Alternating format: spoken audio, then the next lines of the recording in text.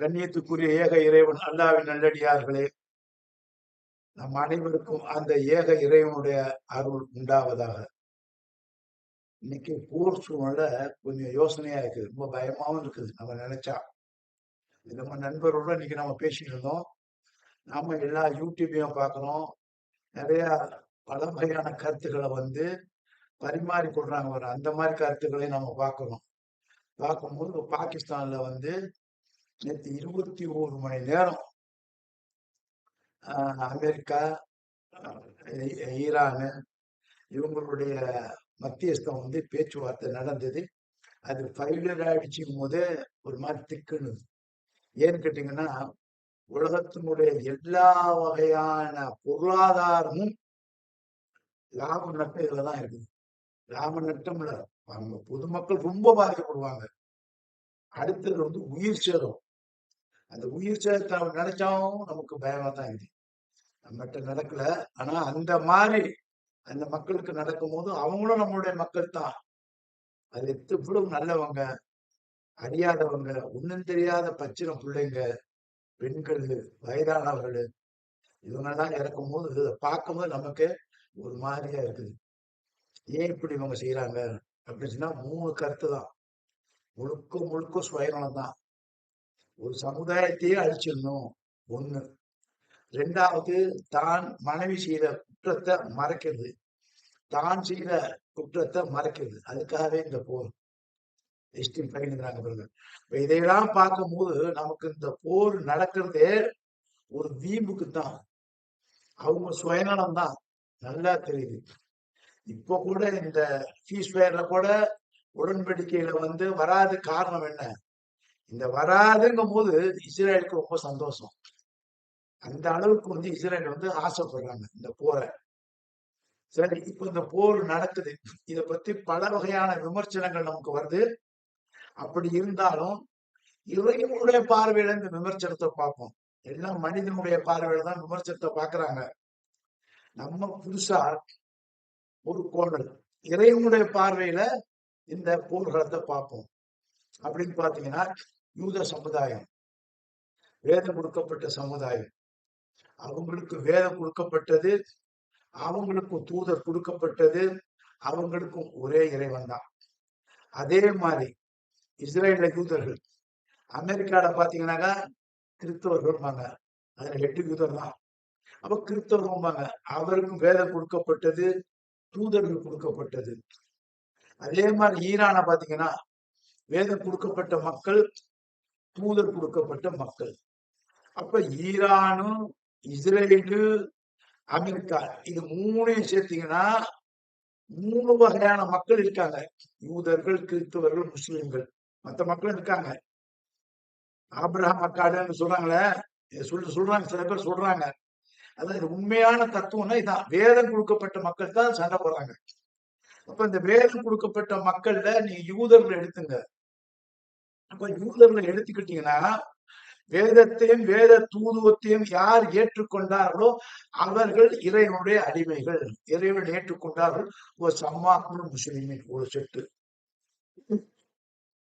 அதே யூதர்கள வேதத்தையும் நபிமாரையும் ரசூல்மாரையும் ஏற்றுக்கொள்ளவில்லை என்றால் அவர்கள் பிரிகிறாங்க. அதே மாதிரி அமெரிக்கால நீங்க எடுத்தீங்கன்னாக்கா வேதத்தையும் வேத தூதுவரையும் ஏற்றுக்கொண்டவர்கள் அவர்கள் யாரு? முஸ்லிம்கள். சம்மாக்குள் முஸ்லிம்கள். அப்ப வேதத்தையும் தூதையும் ஏற்றுக்கொள்ளாதவர்கள் அவர்கள் பக்கம் பிரிகிறாங்க. மனிதர்கள் அவன் எந்த பேரை வச்சுக்கிட்டோம், எந்த மொழியை வச்சு, எந்த தேசத்துல வாழ்ந்தாலும் சரி, இறைவனையும் இறைவனை தூதரையும் இறை வேதத்தையும் இந்த மறுமை நாளே நம்புறான் பாருங்க, அவன் தான் முஸ்லிம், இறை அடியான். அவனுக்குள்ள எந்த கருத்து வேறுபாடு வந்தாலும் அது சமாதான முறையில அமர்ந்து உட்கார்ந்துதான் பேசணும். அதான் மசூராங்கிறாங்க. உட்கார்ந்து பேசுங்க, உட்கார்ந்து பேசுங்க, தீர்வு வரும், தீர்வு வரும். அது இங்க நடக்குது. ஆனா வீம்பு பிடிக்கிறவங்களுக்கு தீர்வு வராது. அப்ப வேதம் கொடுக்கப்பட்ட மக்கள் அப்படின்னு நமக்கு தெளிவா போச்சு. அப்ப எல்லா இவங்க இவங்க 3 பேரும் வேதம் கொடுக்கப்பட்ட மக்கள்னு நமக்கு இப்ப அக்யூரட்டா குரானை கொண்டு அவங்களுடைய வேதத்தை கொண்டு நம்ம தெரிந்து கொண்டோம். வேதம் கொடுக்கப்பட்ட மக்கள். இந்த வேதம் கொடுக்கப்பட்ட மக்கள்ல 2 வகையான நம்பிக்கை இருக்குது. ஒரு நம்பிக்கை ரப்பனா ஆத்தினா ஃபித்துனியா ஹசனா வஃபில் ஆகிரத்தி ஹசனத்துன் அக்கீனா அதாபன்னா. இறைவா, இந்த உலகத்தை எங்களுக்கு அழகாக்கி கொடு, மறுமையும் மறுமையும் எங்களுக்கு அழகாக்கி கொடு, நரகத்தை எங்களுக்கு ஹராமை கொடு. இது யாரு கேட்பானா? வேதத்தையும் வேத தூதுவத்தையும் மறுமை நாளையும் இவைகளை அறிமுகப்படுத்திய அல்லாமே நம்பக்கூடியவர்கள் தான் ரெண்டையும் கேட்பாங்க. இந்த துணியாவை எனக்கு அழகா கொடு, சந்தோஷத்தை கொடு, அமைதியை கொடு, மறு உலகத்துல இதை விட டபுள் பங்கு அமைதியை சந்தோஷத்தை கொடு அப்படிங்கிற மாதிரி கேட்கிறாங்க. இதை இறைவன் சொல்லி காட்டுறான். என்னுடைய அடியான் இப்படிதாங்கப்பா, இந்த உலகத்தை அழகாக்கு, மறு உலகத்தை அழகாக்கு, எனக்கு நரகத்தை ஹராமாக்கு. நரகத்தை படைத்த இறைவனே, உன்னுடைய படைப்பின உள்ள நரகத்தை எங்களுக்கு ஹராமாக்கு, தடுத்துறீங்களா, வேண்டாம் அப்படிங்கிறாங்க. ஆனா அதே சமயத்துல யூதர்களை வேதம் கொடுக்கப்பட்டவர்கள் இதே தான் சொல்லுவாங்க. அந்த வேதத்தையும் தூதுவத்தையும் மறுத்தவங்க இருக்காங்க பாருங்க. எங்க மூதாதையர்கள் சொன்னபடிதான் நாங்க நடப்போம், எங்களுக்கு இந்த துணியா தான் அழகா இருக்கணும், இந்த ஊர் தான், இந்த உலகம் தான் எங்களுக்கு அழகா இருக்கணும், எங்களுக்கு மறுமையே வேண்டாம். அதே மாதிரிதான் கிறிஸ்துவர்களுடைய அவர் என்ன சொல்றாங்க, இந்த துணியா, இந்த உலகம் எங்களுக்கு அழகா இருந்தா போதும், எங்களுக்கு மறுமையில நம்பிக்கை இல்லைங்கிறாங்க. ஆனா அதே சமயத்துல கர்த்தரை நம்புறவங்க இதை நம்புவாங்க. உலகத்தையும் எனக்கு அழகாக்கு, மறுமையும் எனக்கு அழகாக்கு, இந்த நரகத்தை எங்களுக்கு ஹராமாக்கு. ஏன்? வேதம் கொடுக்கப்பட்ட மக்கள் அனைவருக்கும் இந்த வேதம் தனித்தனி வேதமா இருந்தாலும் ஒட்டுமொத்த வேதத்துக்கு சொந்தக்காரன் யாரு? அல்லாஹ் ஒருத்தனா, இறைவன் ஒருத்தனா, கர்த்தர் ஒருத்தனா. அதே மாதிரி இந்த ஒட்டுமொத்த மக்களும் பிரிந்து இருந்தாலும் அவர்களுக்கு இறைவன் அறிமுகப்படுத்திய வேத தூதர் யாரு? அல்லாஹ்வுடைய தூதர் தான். நான் அறிமுகப்படுத்திய தூதரை. அப்ப இந்த மக்கள்ல வீராப்பு பிடிச்சவங்க இருக்காங்க பாருங்க, இந்த வேதத்தையும் தூதுவத்தையும் மறுத்தவங்க இல்ல படிக்காதவங்க. இவங்க சொல்றாங்க, நீ உண்மையாளரா இருந்தா, நம்மளை பார்த்து கேட்கிறாங்க, நீங்க உண்மையாளரா இருந்தா மறுமைன்னு ஒண்ணு இருக்க, முஸ்லீம்களை நீங்க மறுமைக்கு பயப்படுறீங்க, அல்லாஹ்வுடைய தண்டனைக்கு பயப்படுறீங்கன்னு சொல்றீங்களே, அப்படி நீங்க பயப்படுவதாக இருந்தால் மறுமை ஒன்று உண்டு என்றால் எங்களுடைய மூதாதையரை கொண்டு வாங்க. வார்த்தையை பாருங்க. இதை இறைவன் சொல்லி காட்டும் போது எப்படி சொல்றான், எங்களுடைய மூதாதையர்களை நீங்கள் கொண்டு வாருங்கள். காலு அவர்கள் சொல்வார்கள். 45வது அத்தியாயம். ஜாசியானா முழந்தாள் போடுது, முளம் முட்டி போடுது, முட்டி போட்டு இறைவன் முன்பு சரணடைதல். முஸ்லீம்னா சரணடைதல். அப்ப முட்டி போட்டு பதில் சொல்லக்கூடிய அந்த நாள், அது ஜாசியா. அந்த நாள் 45வது அத்தியாயம் 26வது வசனம், 27வது வசனம், 28வது வசனம். இந்த 3 வசனத்தை படிச்சுட்டு அப்படியே இந்த போரை கொட்டுவாங்க கண் முன்னால. இவர்களுடைய நிலைமை உங்களுக்கு என்னங்கிறது தெரியும். அப்போ இந்த நிலைமையில இறைவன் இவங்களை பார்த்து சொல்றாங்க. அப்ப இந்த மக்கள் சொல்றான், என்ன சொல்றான் பாருங்க, இன்ஹுவ கால இத்தகு காலு அவர்கள் சொல்றார்கள், இஹ்து கொண்டு வா,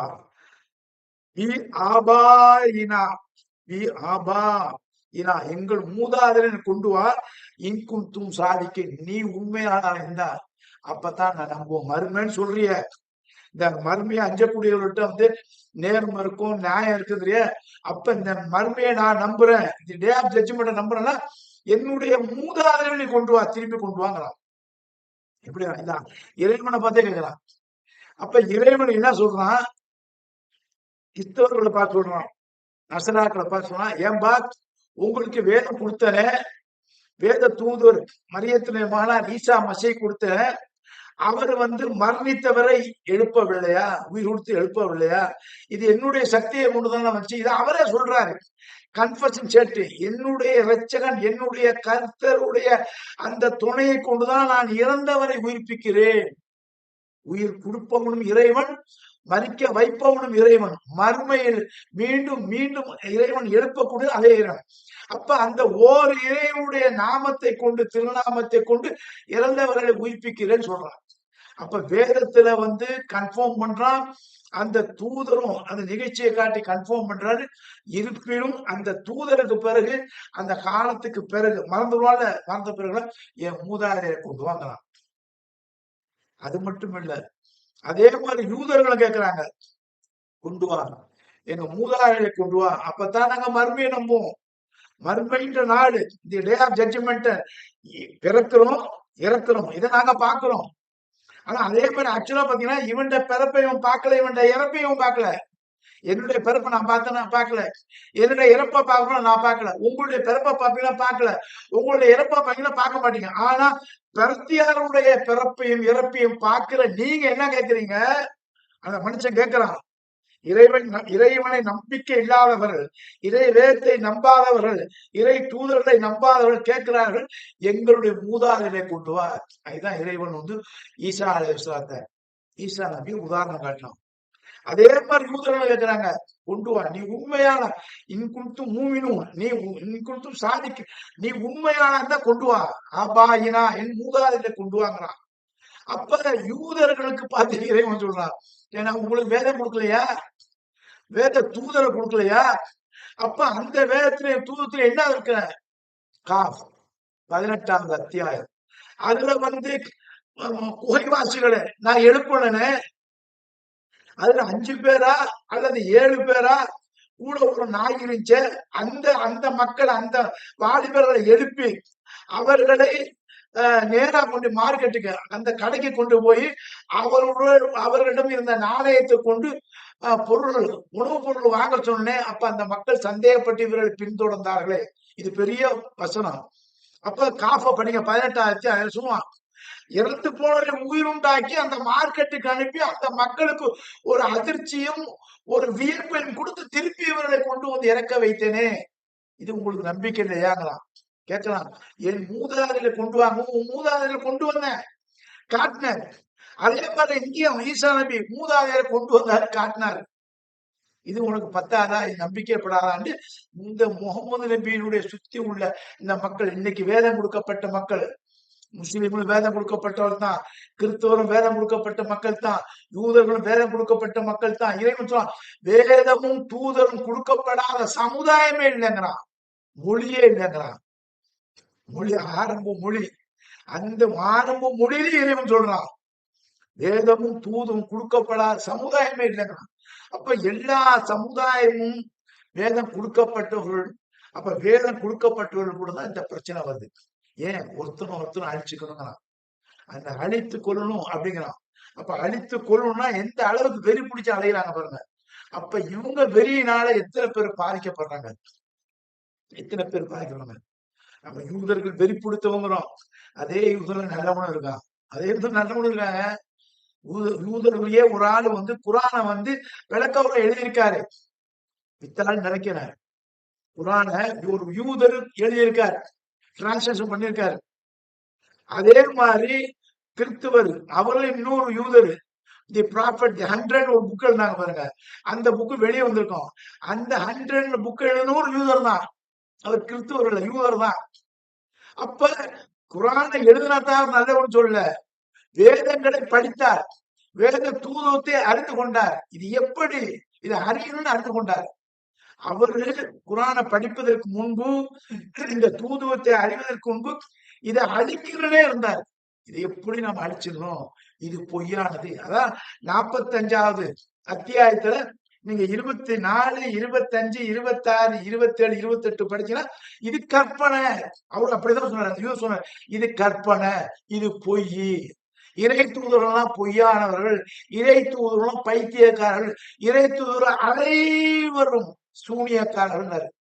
அதன் சொன்ன ஆளுதான் இறைவா நான் சரண்டர் ஆயிட்டேன், இறைவா நான் சரண்டர் ஆயிட்டேன் அப்படி சொல்லி முஸ்லீம் ஆகிறார்.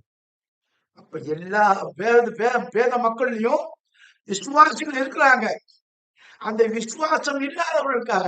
அப்ப விசுவாசம் இல்லாதவர்கள், அப்ப இந்த விசுவாசம் இல்லாத அந்த மனிதர்களை பார்த்தா இறைவன் சொல்றான், ஒட்டுமொத்தமா சொல்றான், வலாக்கின்ன அக்சர் நாசி, அதிகமான மனிதர்கள் அதாவது சொல்லுவாங்க, வலாக்கின்ன அக்சர் இன்னாச்சி எகலமும் அறிந்து கொள்ளவில்லை. அதிகமான மக்கள்கள், வேதம் கொடுக்கப்பட்ட மக்கள்கள், தூதர் கொடுக்கப்பட்ட மக்கள்கள், அந்த வேதத்தையும் தூதையும் ஒரே இறைவன் இறக்கியதை தெரிந்து கொண்ட மக்கள்கள் அதை அறியாமல் இருக்கிறார்கள். அவர்கள் அறியவில்லை. அந்த புத்தகத்தை எடுத்து படிக்கவில்லை, அந்த வேதத்தை எடுத்து படிக்கவில்லை, அந்த வேத தூதர்களை பத்தி அறியவில்லை. அவங்க அறிய வேணும், ஆனா அறியல, அறியாம அலட்சியத்துல விட்டாங்க. அப்ப அவர்கள் எல்லாம் முழங்கால் போட்டு அவர்கள் இறைவன் முன்பு வந்து பதில் சொல்லிதான் ஆக வேண்டும். ஒவ்வொரு காரியத்திற்கும் ஒவ்வொரு செயலுக்கும் அவர்களுடைய செயல் அனைத்தும் ரெக்கார்ட் ஆகுது. அந்த ரெக்கார்டுக்கு அந்த புத்தகத்திற்கு இவர்கள் பதில் சொல்லித்தான் ஆகணும் என்று அல்லாஹ் சொல்றான். அதனாலதான் இந்த போரை நினைக்கும் போது இந்த போர் எதை கொண்டு வந்துச்சுன்னா பெரும்பாலும் சுயநலம் தான். பெரும்பாலும் சுயநலம் தான். இதைத்தான் இறைவன் சொல்றான். உங்கள் சுயநலத்தாலையும் உங்கள் ஆணவத்தாலையும் தான் தான் அதிகாரம் பிடித்தேன் என்று நினைத்து கொண்டு இருப்பவர் மப்பு பிடிச்சவங்க, மம்மதை பிடிச்சவங்க, இவர்களால அழிவு வருது. அந்த அழிவு வர்ற மக்களை நீங்க தான் தேர்ந்தெடுத்தீங்க. அப்ப அந்த அழிவு வரக்கூடிய அந்த மக்கள் நீ யாரை தேர்ந்தெடுத்தியோ அந்த அழிவு அவர்களை கொண்டுதான் வருது. உன்னுடைய இறைவனை கொண்டு வரல, யூதர் மக்களுடைய இறைவனை கொண்டு வரல, இஸ்லாமிய இறைவனை கொண்டு வரல, மனித இறைவனை கொண்டு வரல, கிறிஸ்தவனுடைய இறைவனை கொண்டு வரல. எல்லாருக்கும் ஒரு இறைவன் தான். அந்த இறைவனை கொண்டு வரவில்லை. அந்த இறைவன் சொல்றா, உன் கையால் நீ நாசத்தை உண்டாக்கி கொண்டு அந்த நாசம் இறைவனால் வந்தது என்று சொல்லாது. உன் கையால் நீ நாசத்தை, வினையை, அந்த அதிகமான நாசத்தை உண்டாக்கி கொண்டு அந்த பழியை உன்னுடைய ரட்சகன் உன்னுடைய இறைவன் மீது நீ செலுத்திடாத. இது இறைவனால வந்து ஒருபோதும் சொல்லாத. உன்னுடைய கை நாசம் உன்னை சார்ந்ததை என்ன சார்ந்ததில்லை. நான் தெளிவுபடுத்திட்டேன். அனைவரும் ஒற்றுமையாக சகோதரத்தோடு வாழ வேண்டும் என்று நான் ஒற்றுமைப்படுத்தினேன். ஆனால் உங்களுக்குள்ள சண்டையும் சச்சரும் வருவது என்றால் யாரால வருது? உங்களுடைய அறியாமையால் வருது. அதான் சொல்றான். என்ன வலாக்கின் அக்சர் லாயமும், அதிகமான மனிதர்கள் இதை அறியாமல் இருக்காது. அறிவு எங்க வரும்? லா எகலமூன், அறியாதவர்களா இருக்காங்கன்னா எகலமூன், அவர்கள் படிக்கவில்லை, அந்த வேதத்தை படிக்கவில்லை, அந்த தூதுவத்தை படிக்கவில்லை, நமக்கு யார் உண்மையான கடவுள் என்பது கூட அவருக்கு தெரியல. அதனாலதான் அவர்கள் வீம்பு, அந்த வைராக்கியம், அந்த ஆணவம் எல்லாம் தலை தூக்குது. இதைகளை படித்திருந்தால் அவைகள் தலை தூக்காது. அதே சமயத்துல இவர்கள் உண்மையான இறைவனுடைய பக்தி, உண்மையான இறை பக்தி இருந்தால், இரையச்சம் இருந்தால், அவர்கள் கலந்து ஆலோசனை பண்றாங்க. அந்த ஆலோசனை இறைவன் சொன்னா ஒட்டுமொத்த மக்களுடைய வாழ்க்கையை நீ வச்சுப்பாரு. நீ ஆலோசனை பண்ணும்போது அந்த மசூரா ஆலோசனை எதை இருக்குன்னா அடிப்படையா இருக்குன்னா ஒட்டுமொத்த மக்கள், அந்த மக்களுடைய வாழ்வாதாரம், அந்த மக்களுடைய வாழ்வை வச்சு நீ பாரு. எத்தனை பிள்ளைங்கள் சாவுது, எத்தனை ஆஸ்பத்திரிக்கு போகுது, என்னென்ன நல்லவன் எல்லாமே சாவறான், கெட்டவன் சாவறான் இல்ல. ஒட்டுமொத்த பெண்கள், பிள்ளைங்க, ஆஸ்பத்திரி இதையெல்லாம் கொண்டு போடுறான். அப்போ அவனுக்கு வந்து மனசாட்சி இல்லை. அப்ப மனசாட்சி இல்லாதவனை கூட இறைவன் சொல்ல உட்கார்ந்து பேசு, அமைதி பேசு, நடந்து இப்ப திருப்பி அமர்ந்து பேசதான் உங்களுக்குள்ள ஒரு ஒற்றுமை, ஒரு கான்பிடன்ஸ் வரும். அந்த கான்பிடன்ஸ் நிரந்தரமா வரணும். அப்படி நிரந்தரமா வரணும்னா அது பேஸ்ட் அப்பான் ஒட்டுமொத்த சமுதாயத்தை தான் பார்க்கணும். நீ உன் சுயநலத்தை பார்க்க கூடாது. பார்க்கறதுதான் நீ சண்டையினாலும் ஒட்டுமொத்த சுயநலம் தான். அவனை அழிச்சிடணும், இவனை அழிச்சிடணும். இந்த சுயநலம் இல்லாமல் பொது நலத்தை கொண்டு நீ உட்கார்ந்து பேசினா அந்த மசூரா ஆலோசனை உனக்கு சிறந்த வழியை காட்டும் என்று கூறி நிறைய. நன்றி, வசலாம்.